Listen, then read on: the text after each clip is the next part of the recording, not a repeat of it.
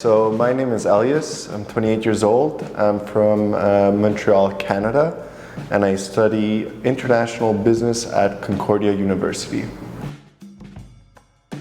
I found out about the Morita Internship on a co-op program that's been offered through my school, and one day I received an email and it was offering internships in Japan, and I had to jump right on it. That's part of something that I really enjoy, which is traveling, and it's something I really want to do in the future. So this was the perfect opportunity for me. My expectations before coming to Japan were kind of based on what we are taught in school in our international business classes, where we're always being told that the Japanese culture is high context culture, where it's a formal communication culture, and all of these aspects affect your perceptions on what you could be expecting in Japan. And fortunately enough, it was partly true. So I got to learn that what we may learn in school is not always true. It's more nuanced than we've been taught to believe. So I was working for the international sales and marketing department, and my role was international marketing intern. There are no typical days at Morita. So we first start off our day with a daily briefing, so a daily meeting talking about what will be happening in general in our department. My tasks varied from just reading emails at the beginning of the day to testing products, to content creation, workshop coordination and presentation, being part of different projects, and also implementing my own ideas eventually, because the job here at Morita, we are allowed to mold it according to our own abilities and our passions. So that's what makes this position very appealing to someone like myself who enjoys independence and freedom at work. The work culture is obviously different, so we could talk about how it's more formal, how everybody addresses each other by last names, and Mr. and Mrs., right? And also the way people treat each other, it's more of a there's more formality to it. I've had misunderstandings, whether it was in Canada or in Japan, so I don't think misunderstandings are solely based on culture itself. Obviously, it does not help. So I think the best way to confront a misunderstanding in the office would be to make sure that everybody clearly understood what was being said. So through repeating what was being said or through communicating and making sure that the other person understood, I think this problem could be solved. Coronavirus affected my work in many different ways. I wouldn't say dramatically, but like having to wear a face mask at work was one of those changes, as well as keeping social distance. One of the major changes was when they implemented teleworking here at the company.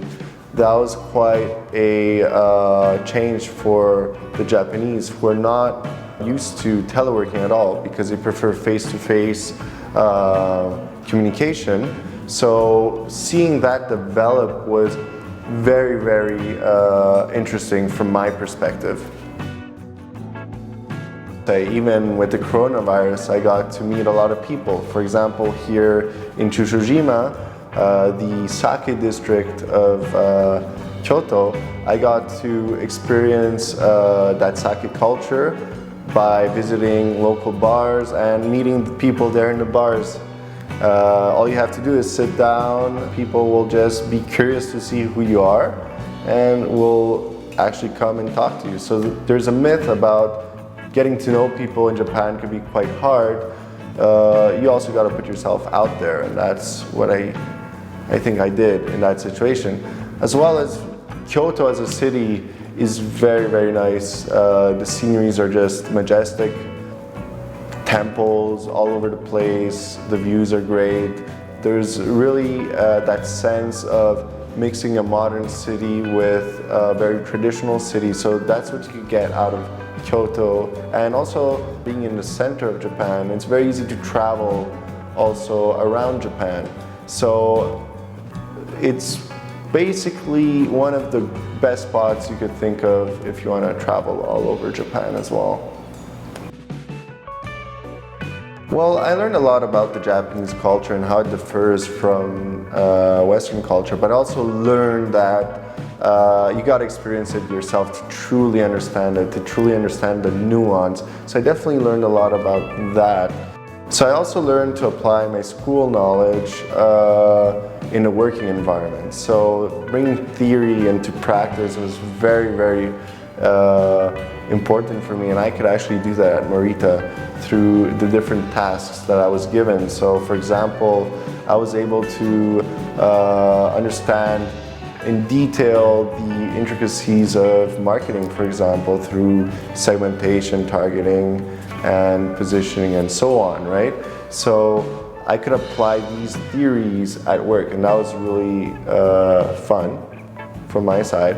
And I could also experience content creation in the work environment. So I've done content creation as a passion at home, but I could actually bring that passion to work and see how it's done in the corporate environment. And that was something that I really enjoyed doing here.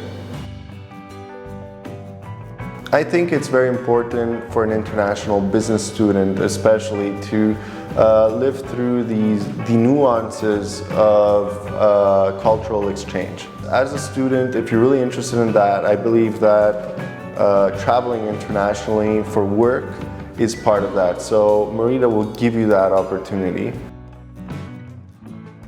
All right, there's only one piece of advice that I could give to future interns, and that is don't expect to be treated as an intern. So at Morita, you're not gonna go and grab coffee for other people. You could forget all about that. People, coworkers and superiors will treat you justly, just like any other employee, and you'll have the opportunity to work on important projects, to develop your own ideas and implement them as well. To also mold your own job, right? So that's kind of something that I did when I arrived here. I was given the opportunity to mold my job around my passions like content creation. So really make the most out of it by getting involved, and don't expect to be given tasks every day. You're expected to be quite independent. So once again, do not expect to be treated as an intern here at Morita. That was good.